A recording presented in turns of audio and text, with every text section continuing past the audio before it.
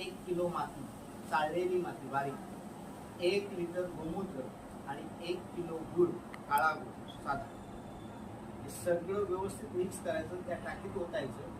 4 inch टाकीमध्ये पाणी भरायचं आणि त्याच्यामध्ये ओझोलाचं बी टाकायचं. आठवडा ते 15 दिवसात तुम्हाला पूर्ण टाकी हिरवीगार झालेली दिसेल.